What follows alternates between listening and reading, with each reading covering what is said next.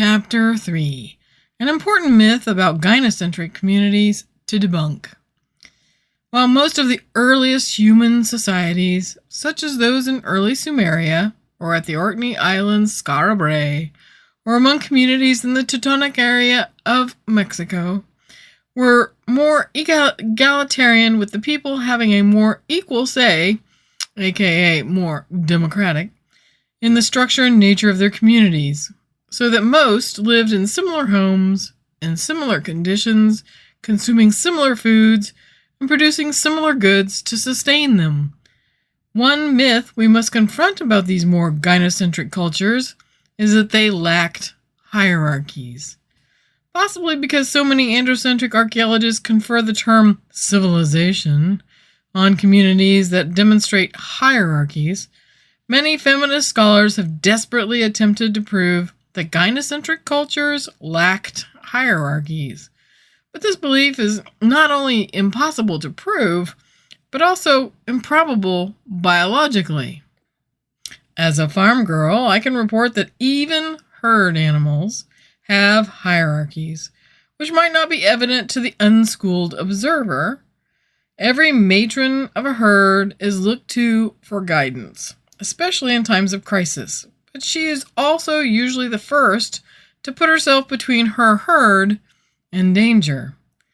Should she not be apprised of an impending crisis, the matron has deputies among the next oldest in her herd who will insinuate themselves between the herd and danger, if necessary. These are the females who will carry on after the matron passes. This generalization holds whether we are talking elephants, bison, horses, domestic cattle, or even lions. Yet, humanity has known about these animal pecking orders for several millennia, probably since the beginning of animal domestication, if not earlier. However, human beings have been projecting their own androcentrism on the animal world for at least 200 years, since we still have many biologists who insist that male lions kill offspring in order to procreate, as though they consciously desire to pass on their genes. Lions understand genetics? Really? When in fact the male lion simply remembers with whom he has had sex, so will kill offspring in order to bring that reluctant female lion into heat. Yet the androcentrists have people believing lions understand genetics and how offspring are created, concepts human beings still struggle with. Ask any dairy farmer about her herd and she can tell you which cows get milked first every day and which ones might have worked their way up that hierarchy recently. We call this animal self-ordering system a pecking order because our tamed fowl do it too. Chickens, turkeys, ducks, geese, and even pigeons. Therefore, hierarchies are not unnatural, and they exist among both wild and domestic animals in varying degrees of complexity. Expecting humans to act differently is unrealistic. Some Neolithic and late Paleolithic scholars, for instance, argue that some 30,000 years ago, a major change in human longevity occurred for reasons yet to be agreed upon. Chances are great that this increase in human longevity resulted from the increase in eating meat, along with a variety of other fruits and vegetables.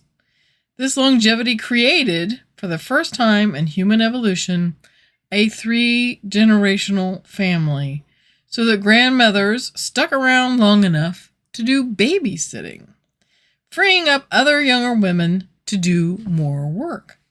This phenomenon is often called the grandmother hypothesis, and demonstrates for humans that what we know already happens for other animals. The older people's long memories serve or served as living repositories of useful information.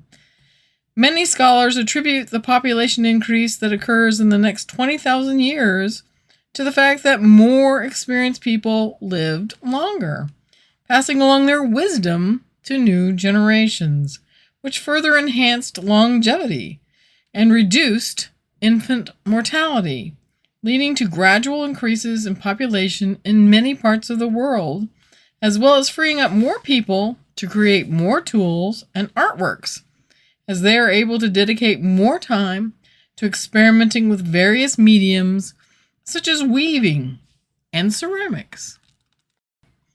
The next big growth in human populations comes between the Neolithic and just prior to the Bronze Age, after a greater variety of animals, especially goats and sheep, have been domesticated. Sheep and goat milk fed to human infants by doting grandparents would have helped more infants survive into adulthood. In this cooperative way, many ancient humans led slightly hierarchical but more egalitarian lives by caring for each other in mutually beneficial ways.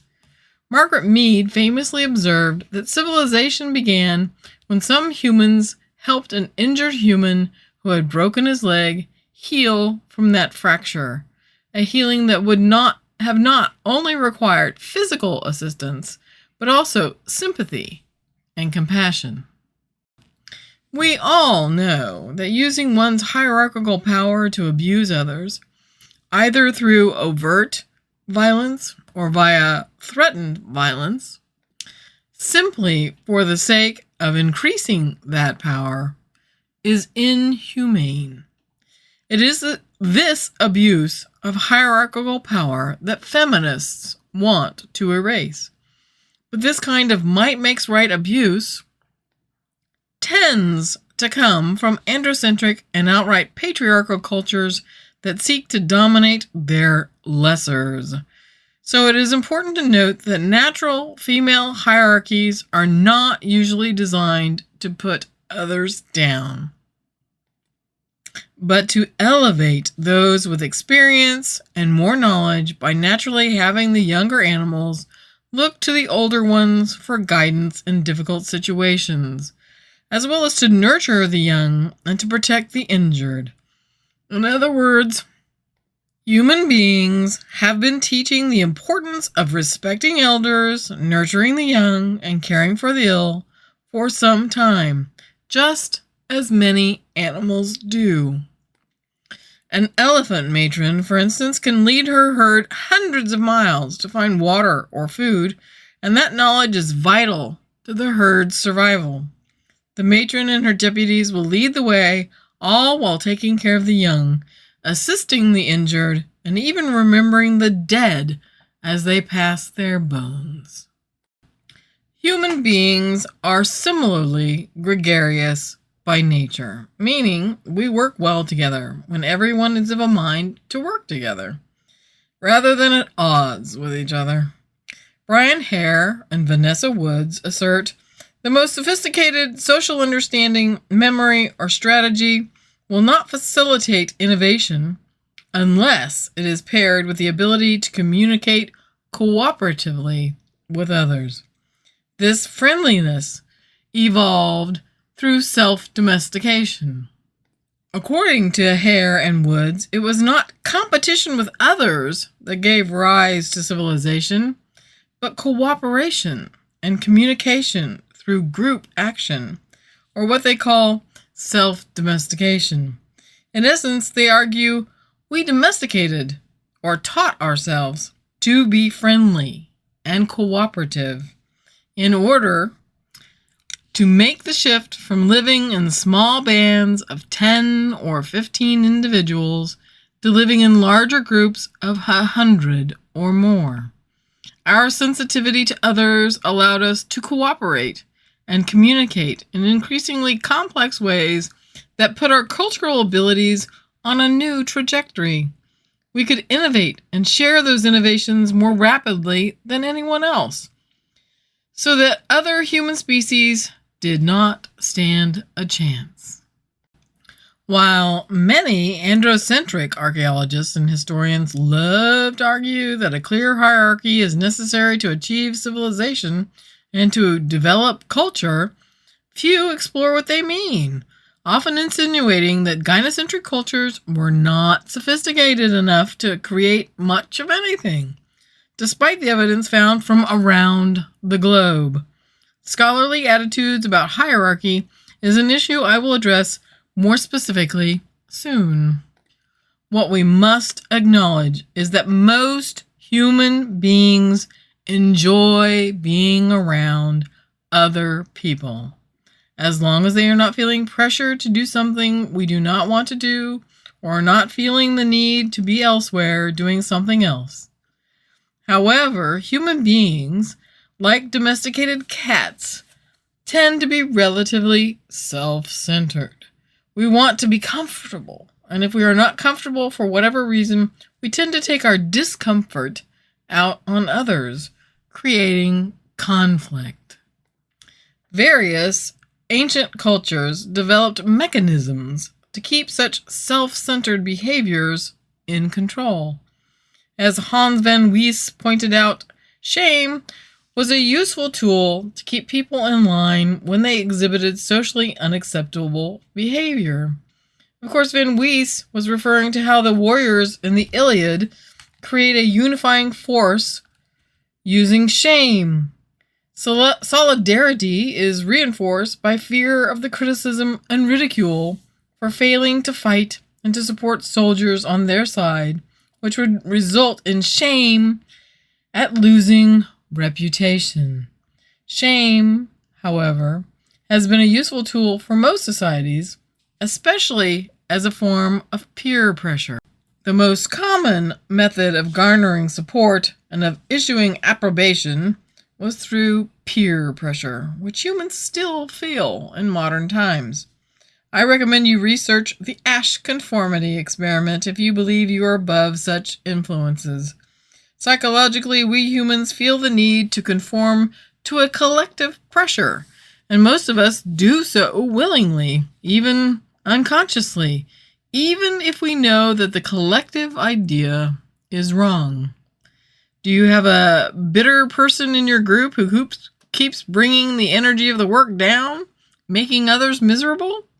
Ancient humans would hold a type of intervention, with some cultures, like the Iroquois, so knowledgeable about human psychology even before it was officially a science, that they would diagnose and treat such emotional issues through various methods, including prescribing more sexual intercourse. Sigmund Freud was really behind the times, but he was a European male, so he was listened to, unlike the Iroquois. However, increasing numbers of people seem willing to risk ostracism in order to do what they want to do. That ability to stubbornly follow one's own counsel speaks both to defying social pressures and to human individuality. While we would never have any social changes if individuals did not stick up for what they believed was fair, we have to admit that there are many individuals and small groups who only seek power because they want what they want, not caring what others need. As Heron Woods warned, when we feel that the group we love is threatened by a different social group, we are capable of unplugging the threatening group from our mental network, which allows us to dehumanize them. Essentially, human beings are capable of ignoring our natural senses of empathy and compassion, allowing us to become capable of the worst forms of cruelty, so that we are essentially both the most tolerant and the most merciless species on the planet. Because of this ability to turn off our senses of empathy and compassion, if the subtleties of peer pressure did not work for the ancients, there were more effective methods of punishing individuals for their aberrant behavior, such as literally turning the community's backs on that person, acting as though she or he was dead, no longer existed. When human beings were still foragers, such a shunning often meant actual death from exposure, starvation, or animal predation for that individual. So most people would do whatever they needed to do to avoid such a punishment. At some point, maiming or dismemberment became forms of justice against people who went against the community's norms. As I explore in another chapter, physical castration, which probably meant the complete removal of penis and testicles for human males, was probably used frequently to subdue men who sought to dominate or to disrupt a community's social mores, or who might challenge a person in power's political agenda. It is also quite possible some of the first sacrificial victims, whether we're speaking of the thrice killed found in British bogs or among the Toltecs in ancient Mexico, were people singled out for their aberrant behavior, with some sly shaman insisting that the person was chosen by one divinity or another for the honor of dying for her, his, village in order to keep the invaders at bay or to help the moon return to fullness. We know that the Inca leaders often required the sacrifice of children from outlying communities before those communities could receive any form of community assistance. A terrible way for a small community to prove to its overlord that they deserved his assistance in their time of need. The threat of physical punishment or even death could be, and undoubtedly was, a great deterrent of negative individual behaviors unless the individual had the support of his, her, peers. So how, then, did some people rise to power, influencing their communities to follow them down such darkly oppressive human avenues? The threat of death or dismemberment, of course, became the chosen tools of oppressors. Fear-mongering is what dictators do to keep their populations in line with their personal agendas, especially with creating false lines of difference. For instance, those people are not us, so don't deserve to have the same comfortable lifestyle we do. As Hare and Woods point out, creating such us versus them dichotomies allows us to dehumanize others, which brings us to what many historians and archaeologists call complex, hierarchical societies. Jan Driessen, a Belgian archaeology professor who has focused mostly on the so-called Minoan societies of ancient Crete, facilely avoids admitting that the Cretans were matrifocal and likely matrilineal, clearly gynocentric in most of his works, especially in his article on hierarchies, titled History and Hierarchy, Preliminary Observations on the Settlement Pattern of Minoan Crete, published in 2001. While he admits many caveats in his article, including that the method he uses to assess the hierarchical complexity of Minoan cultures through its many phases of development is problematic, he refrains from admitting anywhere in the article that women might be the ones organizing the culture, when he argues that the existence and size of public structures at some sites evidently manifest the presence of some kind of power at these settlements, citing his own argument from 1999 on this point. He goes on to claim that the size of these structures require both a considerable population and a social cohesion, and their mere existence implies an energy input and hence the presence of administrative personnel. What exactly he imagines the administrative personnel to be like or to be doing is anybody's guess, but he clearly conflates cooperation and coordination, the only two factors necessary to build anything, with administration, a heftier, androcentric word that implies a kind of social power that goes beyond cooperation and coordination into the realm of actually controlling goods and people. The fact that he repeatedly fails to admit that most of the coordination and organization of the culture from early on would have been completed by women looms large. Dreisen, to support his shaky foundation about the increasing levels of complexity among Cretan settlements, argues that chiefdoms are assumed to have 2 or a maximum of 3 levels of complexity, while states have at least 4. Cities, towns, large villages, and small villages. What is a chief in his view? He never says. What exactly manifests a state is also lacking clarification. He does provide a chart to help others determine levels of complexity merely by counting hectares and possible population size, with a small family farm being the smallest unit of less than 50 people.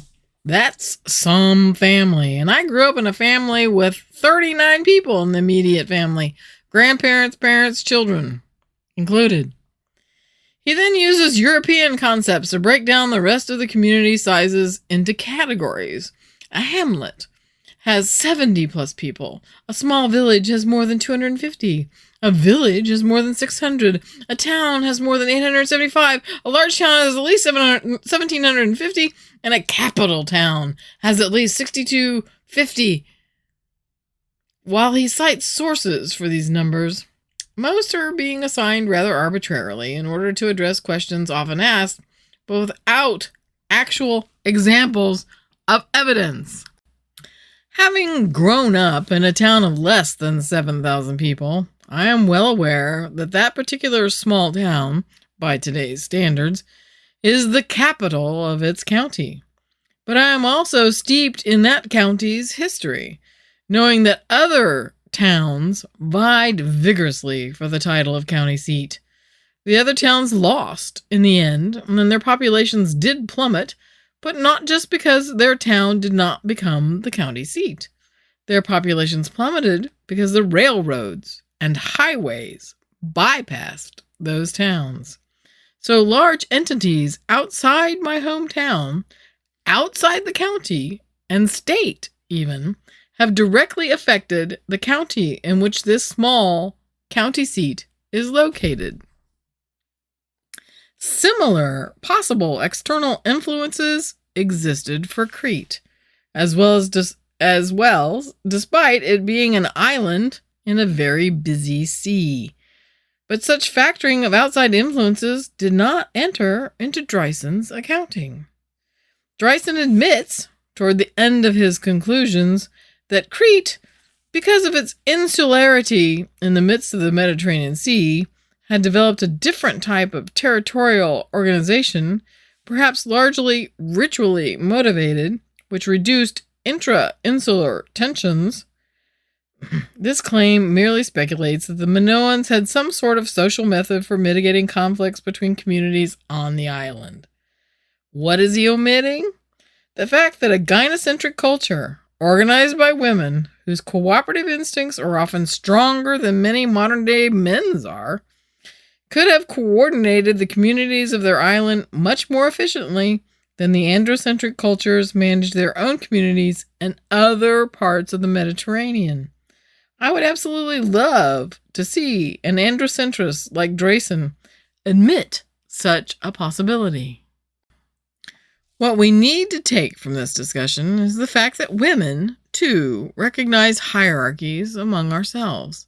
In our modern cultures, these pecking orders tend to begin to organize in our schoolyards, where young girls learn to play together while navigating issues of social acceptance. Some scholars exhibit frustration and confusion when confronted with obvious signs that women were rulers, that they wielded power in hierarchical cultures long before their cultures become full-on patriarchies. Could, these scholars ask, a class-based society be ruled by women?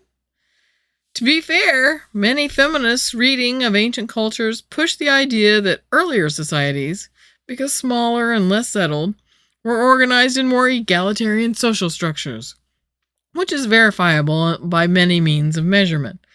However, to assume that all ancient complex societies were either egalitarian or patriarchally hierarchical misses most other forms of social organization. Social organizations that were led by women that also developed hierarchical social structures. Surely it would be as natural for a gynocentric culture to view certain women as more divine or more powerful than other women, including women who menstruate longer than most women do. See the later chapter on the Venus figures regarding that phenomenon and what it undoubtedly did for some human communities.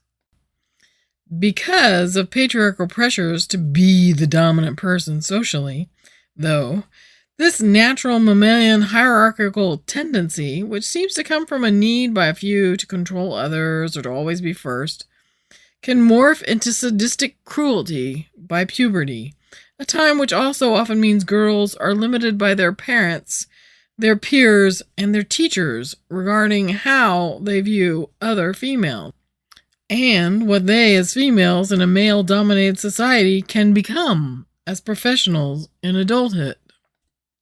However, just because a group establishes a hierarchy does not mean that hierarchy is unmalleable or so deeply entrenched that force must be used to create cooperation.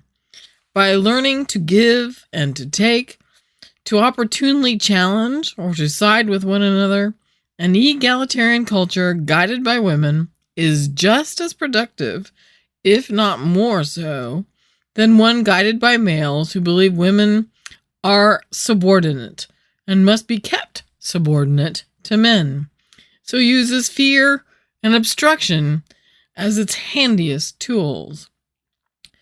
Such an egalitarian gynocentric society would also be more flexible, changing when necessary in order to meet people's needs. While no woman is perfect, women have proven time and again that we can effectively persuade others to coordinate and to cooperate with us in order to achieve something wonderful for our families and our communities, without having to resort to violence or the threat of violence.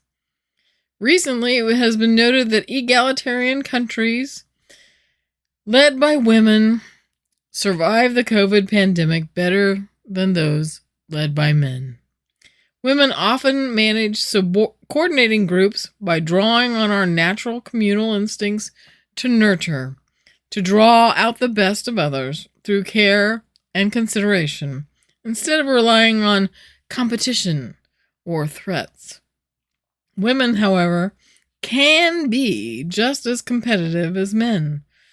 But, as our prison systems attest, fewer women take competition to the deadly conclusions that some men do.